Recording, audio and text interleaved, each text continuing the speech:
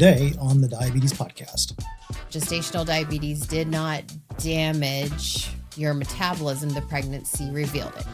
Women who have had gestational diabetes carry a 7-fold higher risk of developing type 2 diabetes later in life. The next logical question might be, so then is it just a matter of time before the woman who had gestational diabetes gets diagnosed with type 2? And the answer is no. Hello and welcome to the Diabetes Podcast. I'm Richie. And I am Amber. And Amber, today, before we get into it, just a reminder for our new listeners, whether you have recently been diagnosed with prediabetes or if you've had type 2 diabetes and you're looking to, let's just say, start the healing process, start to get better, start working towards remission, we have put together what we call the Remission Roadmap, and that is available for free if you head to thediabetespodcast.com. You can go ahead and sign up for our newsletter as well to get notified when new episodes drop. But again, Remission Roadmap at thediabetespodcast.com. So today is part 4 talking about reproductive health and diabetes. Yes, it is. So for most women, gestational diabetes ends once the placenta is delivered and the blood sugar normalizes, the finger sticks stop, the diagnosis just kind of falls by the wayside. And within a few weeks, the mother is caught up in baby rearing and being mom, and just this diagnosis falls off by the wayside, and it's not something that they think about because there's so many other things to think about. Self-care is going to get kicked to the back burner for the next couple of years. Absolutely. So it's really talking about some of the misunderstandings that can come up when you're like, well, the baby's delivered. That's a thing of the past now.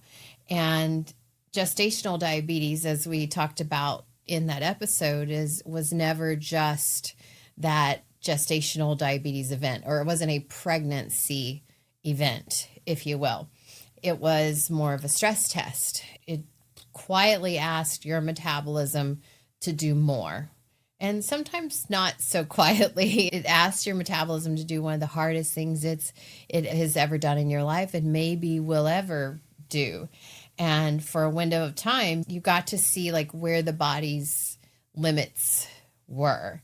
And that information doesn't leave when the placenta does. And in the final episode here, I want to convince you that this is not a threat hanging over you. It's not some doom and gloom in the background and hanging out there. It might be one of the useful early warning signs that people get, especially it might even be sort of I don't want to say a gift that women get and not their male counterparts, but it's an opportunity to notice a warning that a man who doesn't have this extra stress compounded from this particular kind of event would get. It's awareness. Yes. And I think awareness is always a gift. In general, I do too. Not everyone. We as a species are probably not as proactive as we air quotes should be. So if and we've heard this from any number of people that have recovered from an accident or from a disease or any number of things, how they can oddly enough experience gratitude on the back end of it because it kind of readjusted their priorities very often towards that self-care. We're talking particularly about post-pregnancy. Being a mother is a very selfless job. You're going to take your own priorities and kind of put them to the side to take care of this new little human. And first off, that's incredibly selfless. We need to kind of applaud that for what it is. But it is also going to negatively affect your health if you're not aware that the reduction in normal self-care is going to have consequences on a long enough timeline. So yes, and anytime someone neglects self-care, that can have negative consequences in so many areas. Like if it pertains to being a workaholic or having too many drinks. Been there, done that. Eating out too much. Yeah, all these things. So What I want to point out with this last episode is something we've been doing is kind of circling around one thing. So we watched pregnancy create insulin resistance on purpose, and then we saw what can happen when the pancreas can't quite keep up with that resistance. And in episode 2, we found that same insulin story prior to gestational diabetes in some people, which was the new term PMOS, and sometimes years before pregnancy that could have been in place. And then we followed that downstream across the placenta and into the baby. And so on this one, well, what we've seen across the thread is insulin showing up in the ovaries, the menstrual cycle, the placenta, the newborn. And today we're kind of bringing all that kind of places home. you don't think of insulin being affecting normal biology, but it's tied to everything. Yes. And all of that is, so we're going to bring it back to you and how that affects you across time and potentially the rest of your life. So the nice thing about today is that we talked about where the research ground might be a little bit soft, like the animal studies point to this. If this is true and this is true, then it stands to reason that this is true. So we talked about kind of softer ground versus really solid research footing. And so we're going to be more in, so with a lot of the epigenetics, we talked about more softer ground, like this could potentially happen. But now today it's more firm ground that we're standing on in terms of research. The mother story is one of the best established, the most replicated in the scientific literature. It's the part that matters the most actionable piece, which is also crucial. And so I get to spend this episode doing something that I could not fully do last week, which was handing you the real proven ways to change what could happen next. So before it was like, it's probably likely that if this is going on, it puts this risk here and that risk there. But this is like more proven, like more solid. So I'm going to start with the reframe because everything centers around that. So think about a cardiac stress test for a moment. So if you don't know what that is, you don't really know much about the heart by listening to it with a stethoscope. Like you can hear something really major, but there could be underlying things that don't really show up until you do the stress test. So not until you put it under load, you're on that treadmill, really exerting yourself, because that's when the hidden weakness can reveal itself with your heart. And it's not that the load creates the problem, it's that load exposes a problem that was already there underneath, just kind of quietly in the background. And so pregnancy is that cardiac stress test, if you will. Gestational diabetes being you are not passing that cardiac stress test, if you will. So by the third trimester, those placental hormones can make the woman's body dramatically more insulin resistant. Her pancreas may be asked to pour out substantially more insulin than it ever did before pregnancy, just to keep the blood sugar normal. So that's the treadmill in this example. And so just can't quite meet the demand. So here's the reframe: that gestational diabetes did not damage your metabolism. The pregnancy revealed it. I know that sounds like we've already said that like 10 times now, but that's really the take-home message to this. And the cool thing is it showed you that more around pregnancy age, maybe you're at 33 instead of 53. And so, because one of the leading risk factors for type 2 diabetes is age. And so you're going to be at more risk, if you will, for having type 2 diabetes over age 55 than you are at age 35, because you just haven't had enough time for that to create the most damage to show up as something. But pregnancy can be a way in which it shows up earlier, namely gestational diabetes and that. So that's why I don't want to really treat this necessarily as bad news because it can be something that gives you an insight into what's going on. So, some real statistics, very solid, very repeated, are that women who have had gestational diabetes carry a 7-fold higher risk of developing type 2 diabetes later in life compared to women who had not normal glucose pregnancies. That was gestational. seven times. Yes. Okay. Comes from a pooled large analysis, many studies, and many versions of it keep showing up across different populations. 7-fold. So not a subtle nudge to the odds. This is significantly increased risk. And so if you just use it to say, oh, that's scary and that makes me nervous and it creates anxiety, it doesn't mean that you have a 700% chance of anything. It means that relative to women who did not have gestational diabetes, your risk is multiplied. And how that plays out over time varies a lot depending on the population studied, but a substantial share of women with prior gestational diabetes go on to develop type 2 within the following 10 to 20 years.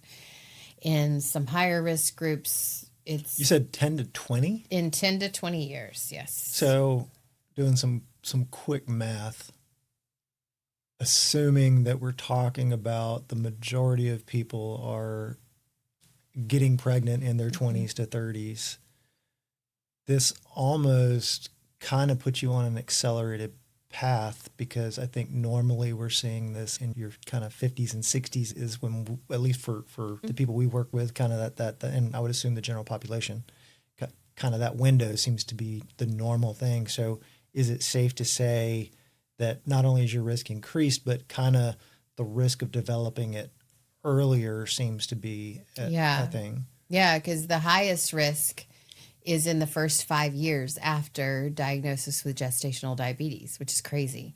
But that risk stays elevated for decades. And so, so then the next logical question might be, so then is it just a matter of time before the woman who had gestational diabetes gets diagnosed with type 2? And the answer is no. And that's really the point that I would like to drive home throughout this episode, because elevated risk is not your destiny. We've said that in every episode, but here I can say it with unusually strong evidence. Like, it's not often the case that you have this much strong evidence behind it that this is not necessarily true. So we'll go over that evidence. And so the 7-fold figure describes what happens to groups of women on average without any intervention. So they do nothing differently. They don't really have awareness that this could put them at risk later. They don't have the proper follow-ups. They don't change behavior in any way. Plus, well, probably behavior's changed, but not for the better. It's just like on the go, taking care of kids and maybe not paying so much attention to their own health. So trajectories can be bent. And if you're on this trajectory and you intervene, you can completely bend that trajectory. And here's another thread worth naming, because almost nobody mentions it to these women. The signal isn't only about diabetes. So prior gestational diabetes is also associated with higher later risk of high blood pressure and also cardiovascular disease. So it's the heart and the blood vessels on top of the blood sugar. And some of this elevated risk even occurs in some women who don't go on to develop diabetes.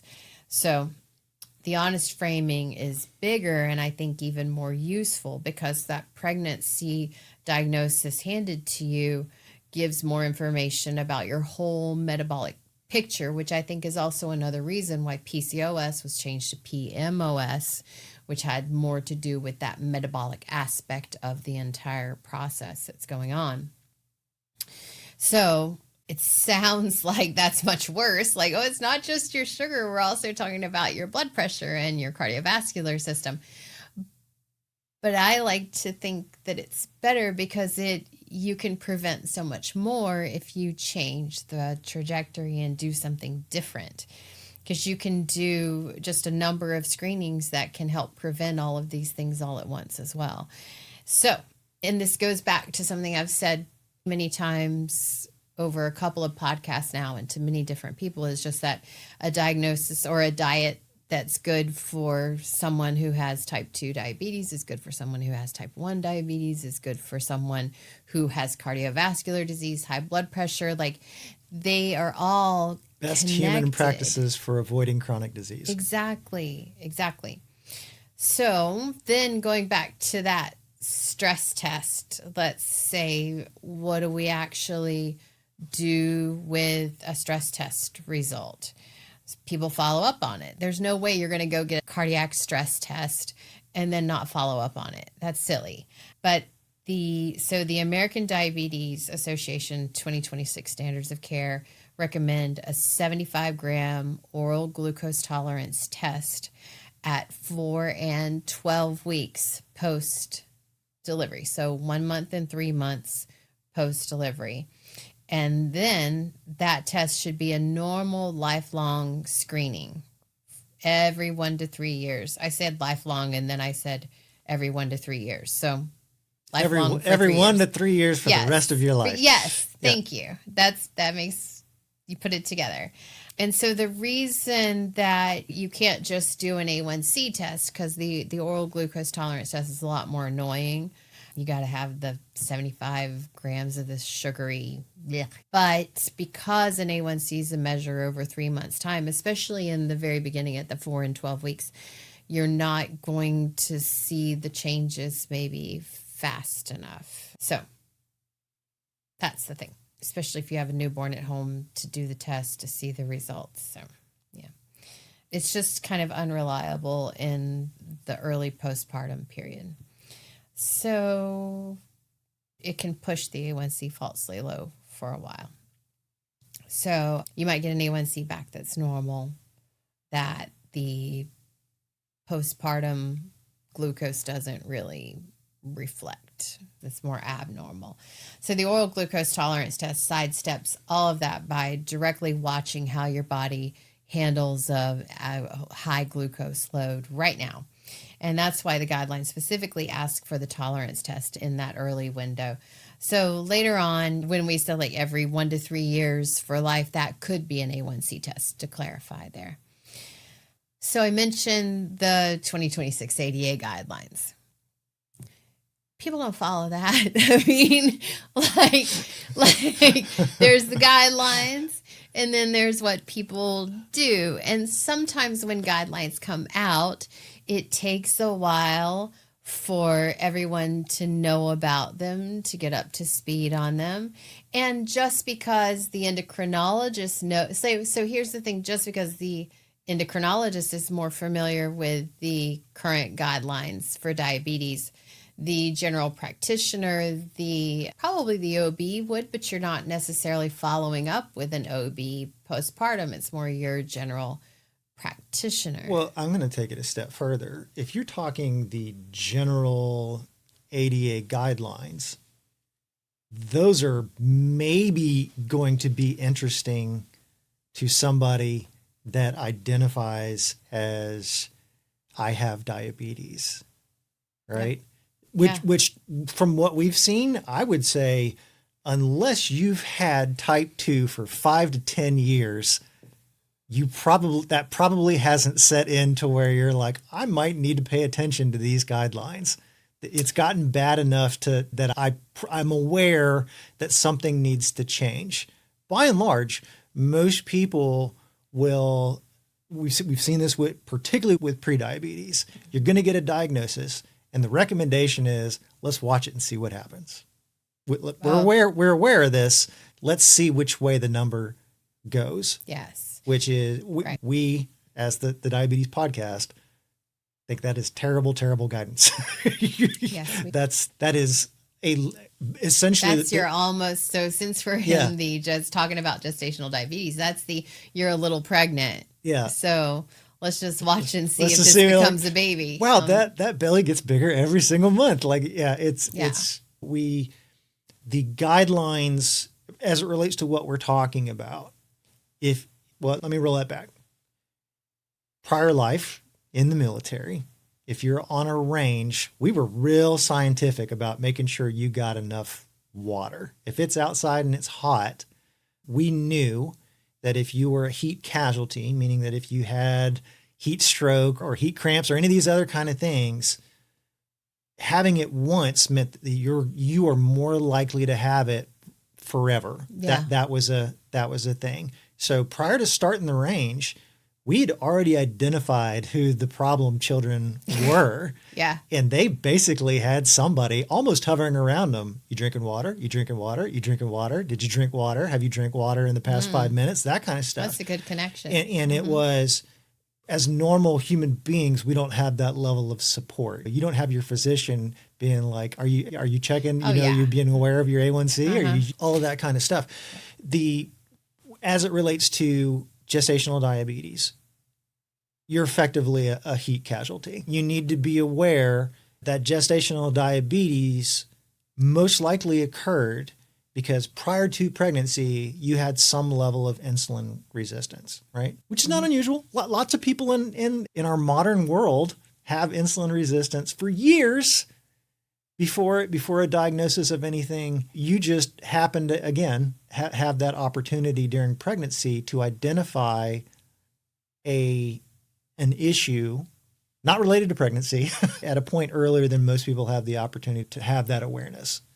So it would behoove you for your long-term health to behave as if you did have diabetes. The behaviors that you would do. Yes, but I don't want to have diabetes and I want to ignore it and shove it in the closet.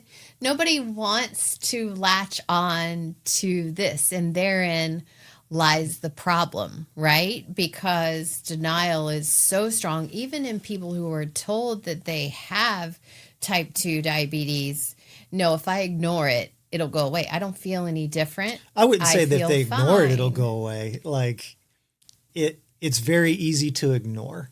Absolutely. Because and that's my point. Yeah. It's not urgent until it is. Right. And in particular, the algorithm of how we treat this thing doesn't get urgent until you are at imminent threat to your life or limb or eyesight almost. So any pre-urgency work, it's going to be on you. Nobody's going to make you do it. There is nobody hovering over you, pestering you to make the changes that you need to do to enable your body to heal, to reduce that insulin resistance, to increase that insulin sensitivity.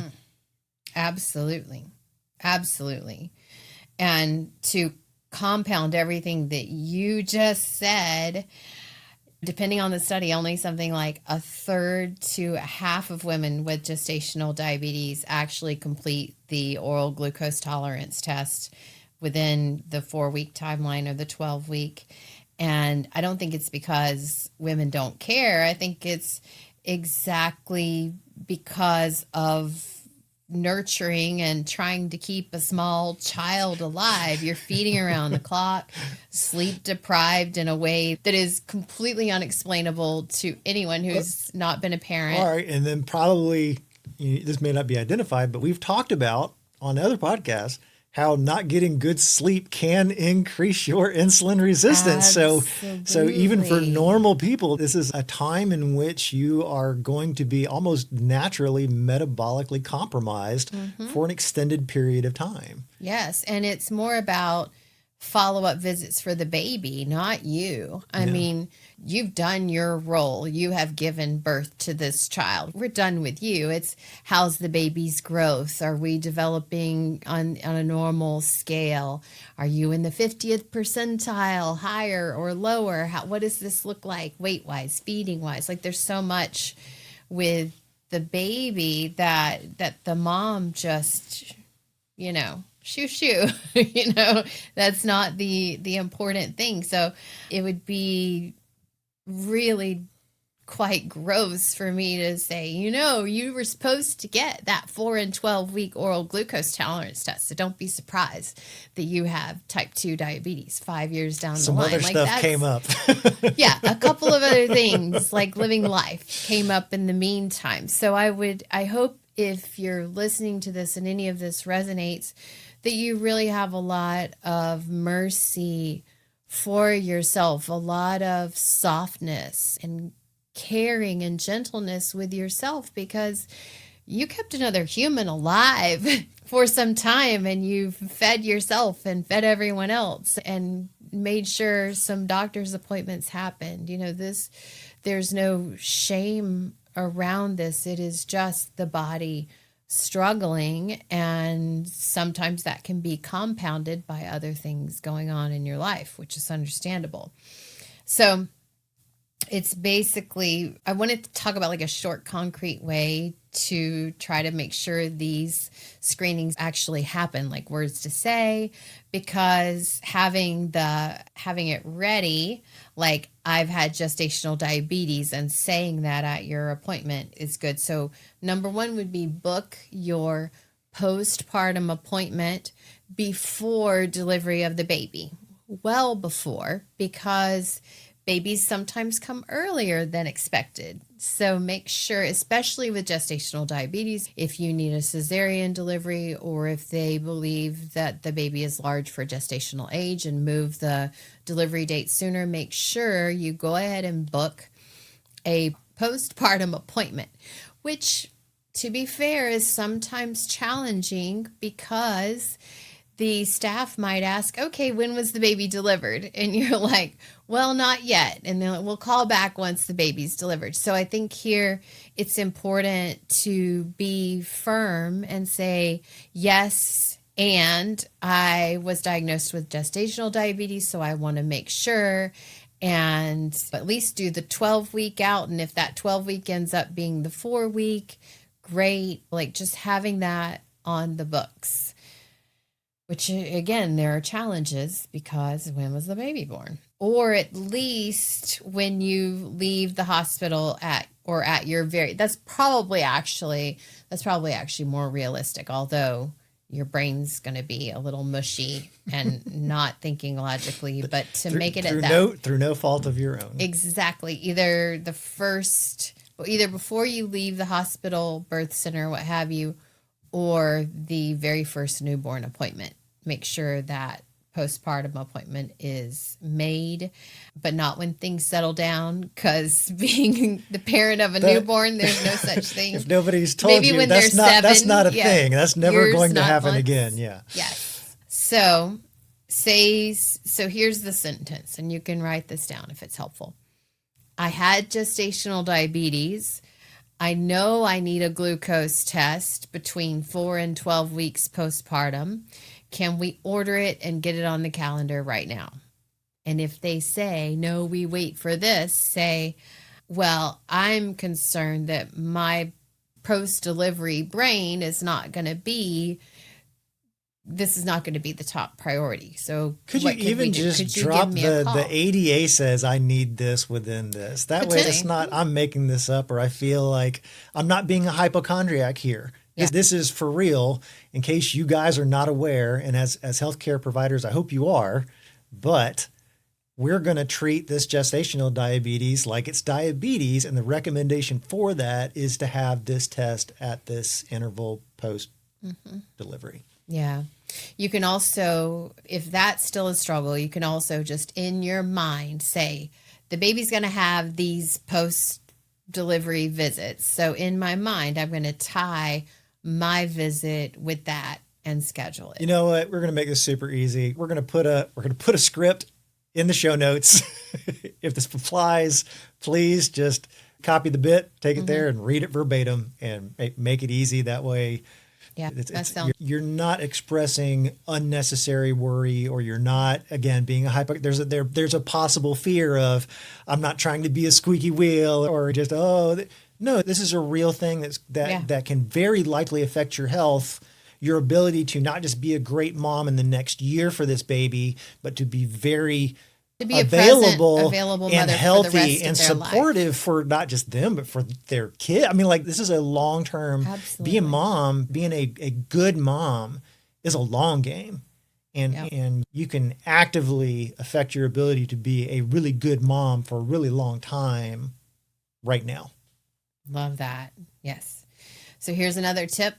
actively say the words gestational diabetes at every single visit, not just the postpartum, but for the whole next year, for the next decade. Every visit you have with your primary care physician or your postpartum visits, make sure to say gestational diabetes. Gestational. Well, when I had gestational diabetes, well, the baby was born at 9 pounds and I had gestational diabetes.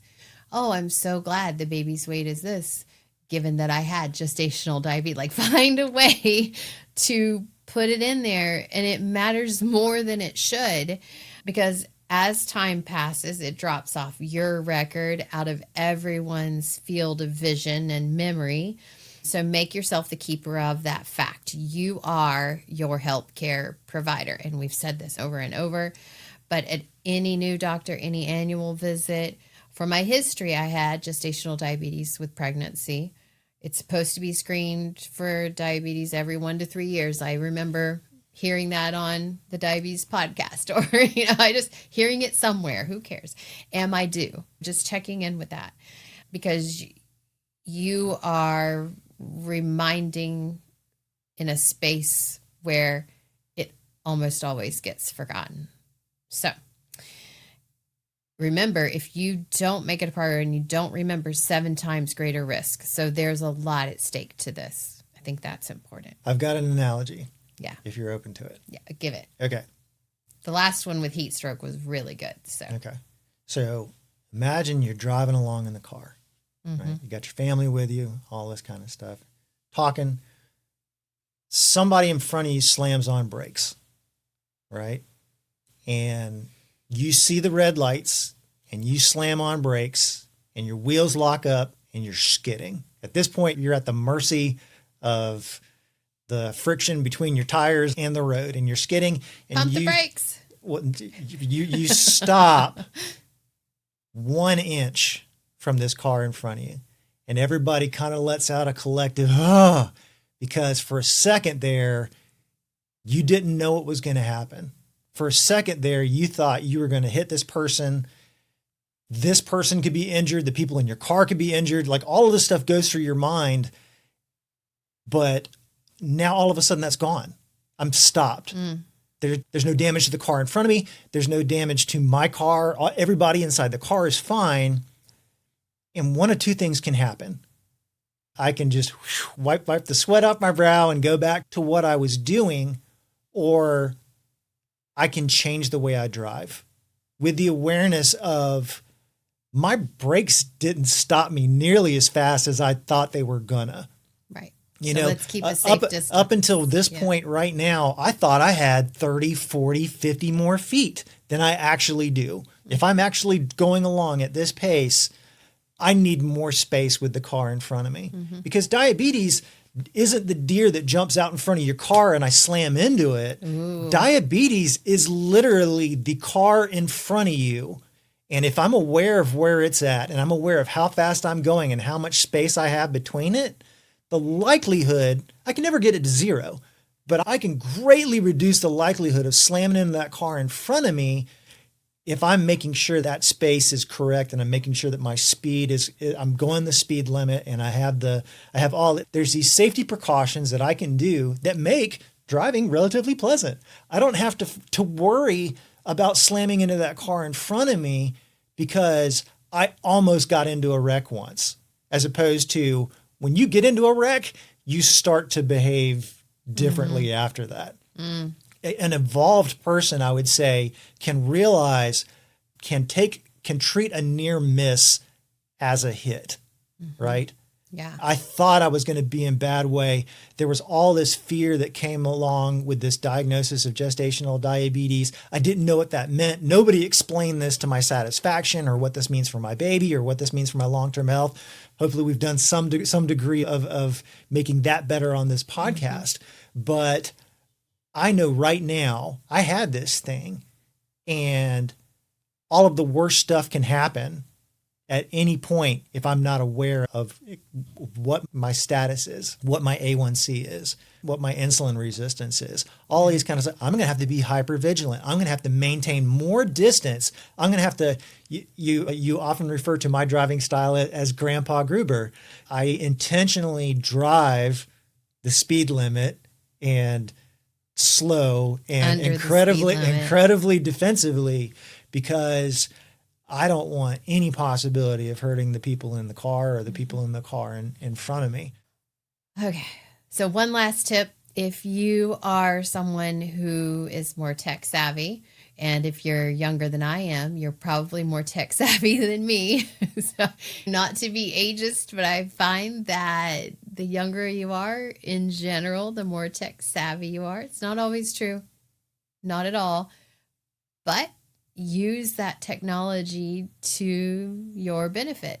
Set a calendar reminder every year at this time. Am I due for my A1C test? Am I due to check for gestational diabetes? Get that on the books.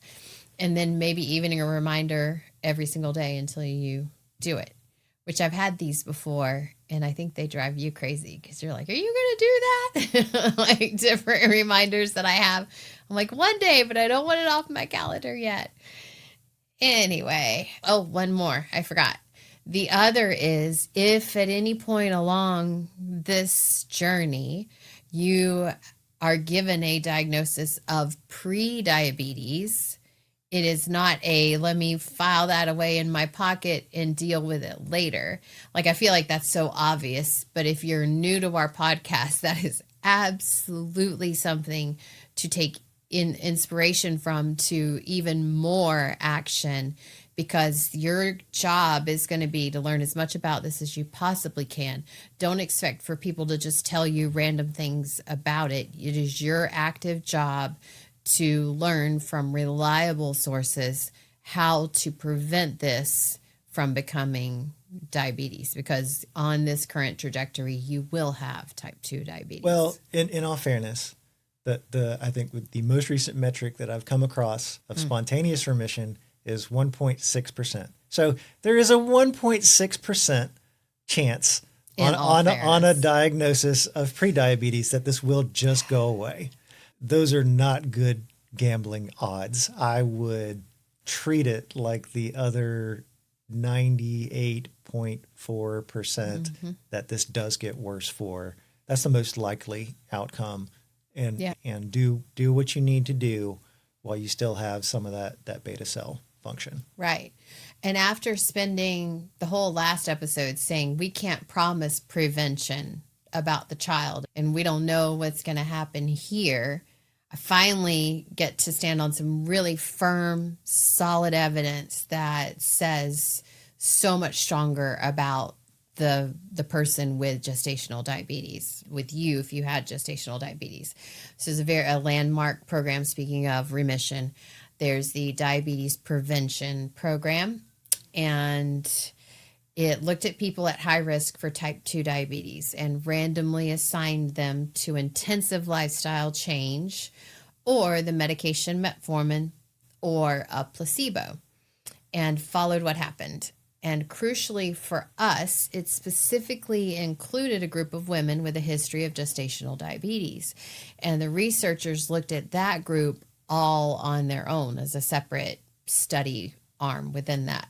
So the result is the most helpful thing I'll say about this entire series. Among the women who had gestational diabetes, both intensive lifestyle change and actually the Metformin group cut the progression to type 2 diabetes by roughly half compared with placebo.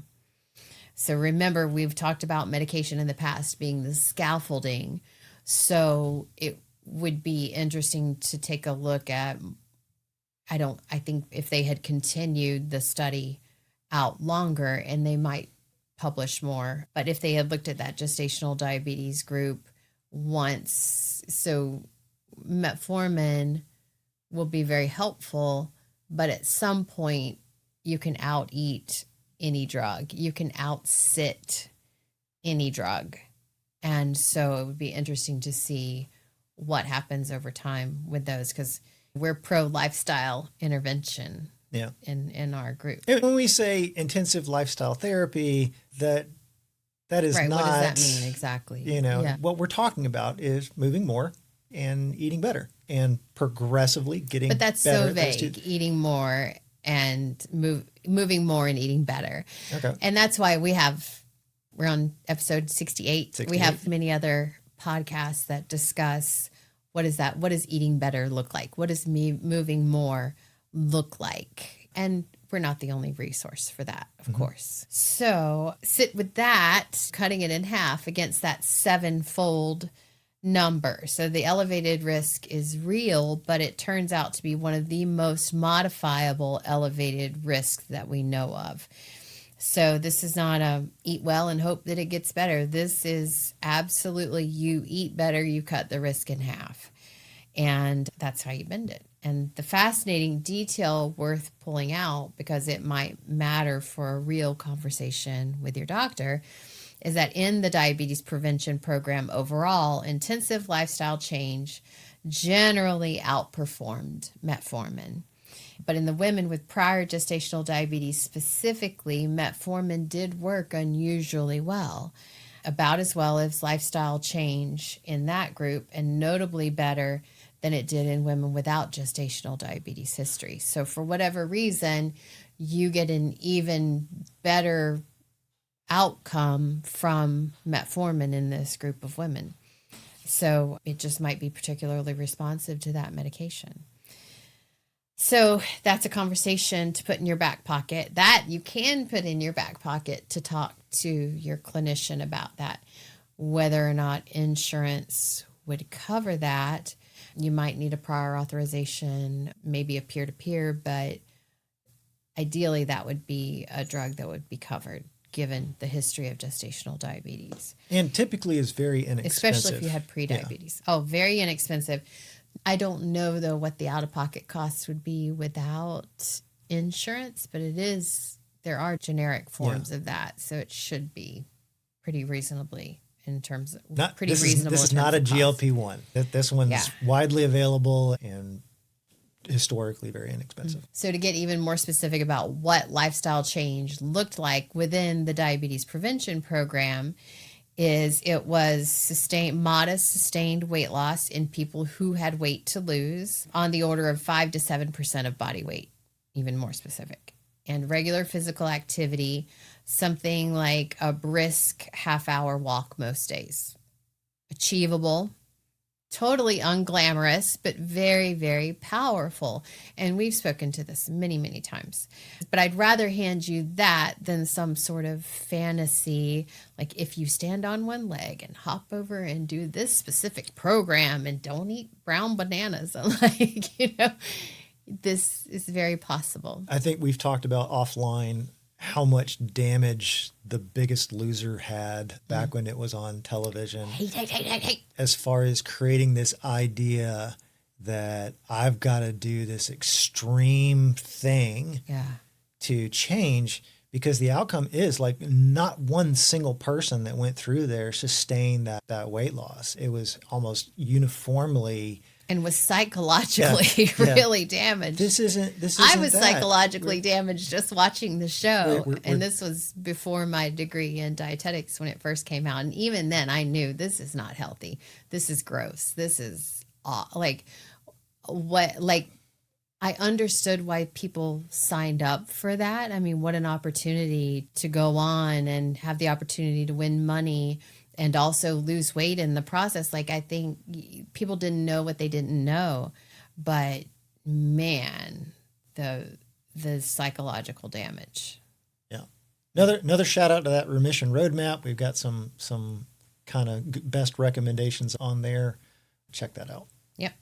Okay, so I'm going to just close a few loops really quickly before we round this all out. So if you're thinking about another pregnancy, if you've had gestational diabetes, it's going to recur fairly often. So I'm not saying if you had gestational diabetes in your first pregnancy that you will have gestational diabetes in your second, but it's definitely something to be very mindful of because it recurs quite often, like something like 4 in 10 will have gestational diabetes again.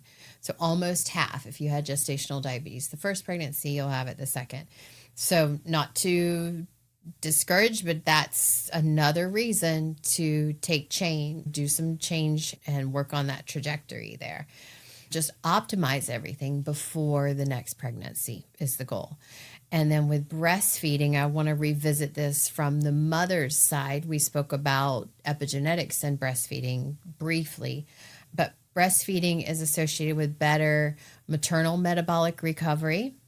And some studies link longer breastfeeding with lower later risk of type 2 diabetes in women who had gestational diabetes. So there's a genuine possible benefit for you and not just the baby. And those are observational studies tangled up with a dozen other life factors. And breastfeeding is a supportive tool, not a pass or test fail of if you're a good mother or not, whether you can breastfeed or not. If it works for you, wonderful. It may help your recovery. It may help reduce ear infections in the baby. It might help you get a little bit more sleep, which is going to be helpful for insulin resistance where sleep comes into play. But formula is safe and valid as needed, and your metabolic future does not hinge on it. And the thread underneath all of it is that it's the habits that bend the mother's diabetes risk are the same habits that protect the heart, future risk of diabetes, the same ones that have this supportive family and food movement environment, the same ones for the whole household. We talked about what's good for the goose is good for the gander. Do not make a separate meal. Like, you can do what you want to. I don't want to tell you what to do. But if it were me, and it was me, I never made a separate meal for my family, for me. If you were hungry, you would eat. That's my stance on it. And there's so many wonderful books written by dietitians who specialize in early childhood eating behaviors that I highly recommend, because food is not a reward. It is never a reward, not even for children, especially not for children. So a lot more on that by people who specialize in early childhood feeding practices that are out there. But I highly recommend that you have one from a registered dietitian. So here is another wrap up that I want to leave you with. And it is not that insulin resistance was the villain of this series, because it wasn't. It was information in every single episode. It's information telling you that revealing something true about itself. The menstrual cycle, the placenta, in the newborn's blood sugar, and finally in the road that lies ahead for the mother. And in every episode, that information arrived early, which is a good thing, actually. Early enough to understand, early enough to act on, so that your trajectory of having a 7-fold higher risk of developing type 2 diabetes is the same as anyone else's, perhaps. You can affect that trajectory. You can cut it in half just through lifestyle intervention and metformin. And just because you have twice the risk, or you still have this increased risk, it does not mean that you absolutely will develop type 2 diabetes. This is within your power. This is your control. That's why we call it empowered diabetes as well, because this is not something for you to hand over, that this is my life now.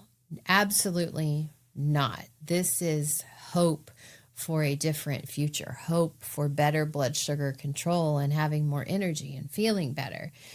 So I just want to have you walk away holding gestational diabetes differently, as something that told you something decades before it otherwise would have, at exactly the age where knowing this information gives you the most power. I can't tell you how many people I talk to that are 72 years old, 75, and they want to put type 2 diabetes into remission. And while it is possible for them, it is nowhere near the odds for them that it is the odds for somebody who's 35, who doesn't even have prediabetes yet, who doesn't have that diagnosis of type 2. You have so much more power to change where you could go at this stage. You have so many more functioning beta cells producing insulin inside your body. Yeah. Yes, they're not burnt out. They're not saying, hey, I'm going to take a break for as long as I want, maybe forever. We don't know. And this is such a crucial time. And that's why, even though this is the Diabetes Podcast, we're talking about PMOS and gestational diabetes, because it is such a crucial space to intervene and change the rest of your life. It's hard to change what you don't see, what you don't feel is a risk. But I cannot, and there's so many people who had gestational diabetes, who now have diabetes, who are now on insulin, that wish they had known this information. So I hope this reaches you. I hope that you share it with someone who may have been newly diagnosed with gestational diabetes. And I hope that it helps. I hope it helps you think differently about this. Awesome. Well, that's it for our series on reproductive health, and diabetes. I hope you've enjoyed it. I hope you'll continue to listen, and thank you for tuning into the Diabetes Podcast.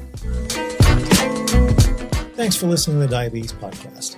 If you like what you heard, please click that follow or subscribe button, and don't forget to check out thediabetеspodcast.com for that free Prediabetes and Type 2 Diabetes Remission Roadmap. Until next time, take courage. You can do this, and we can help.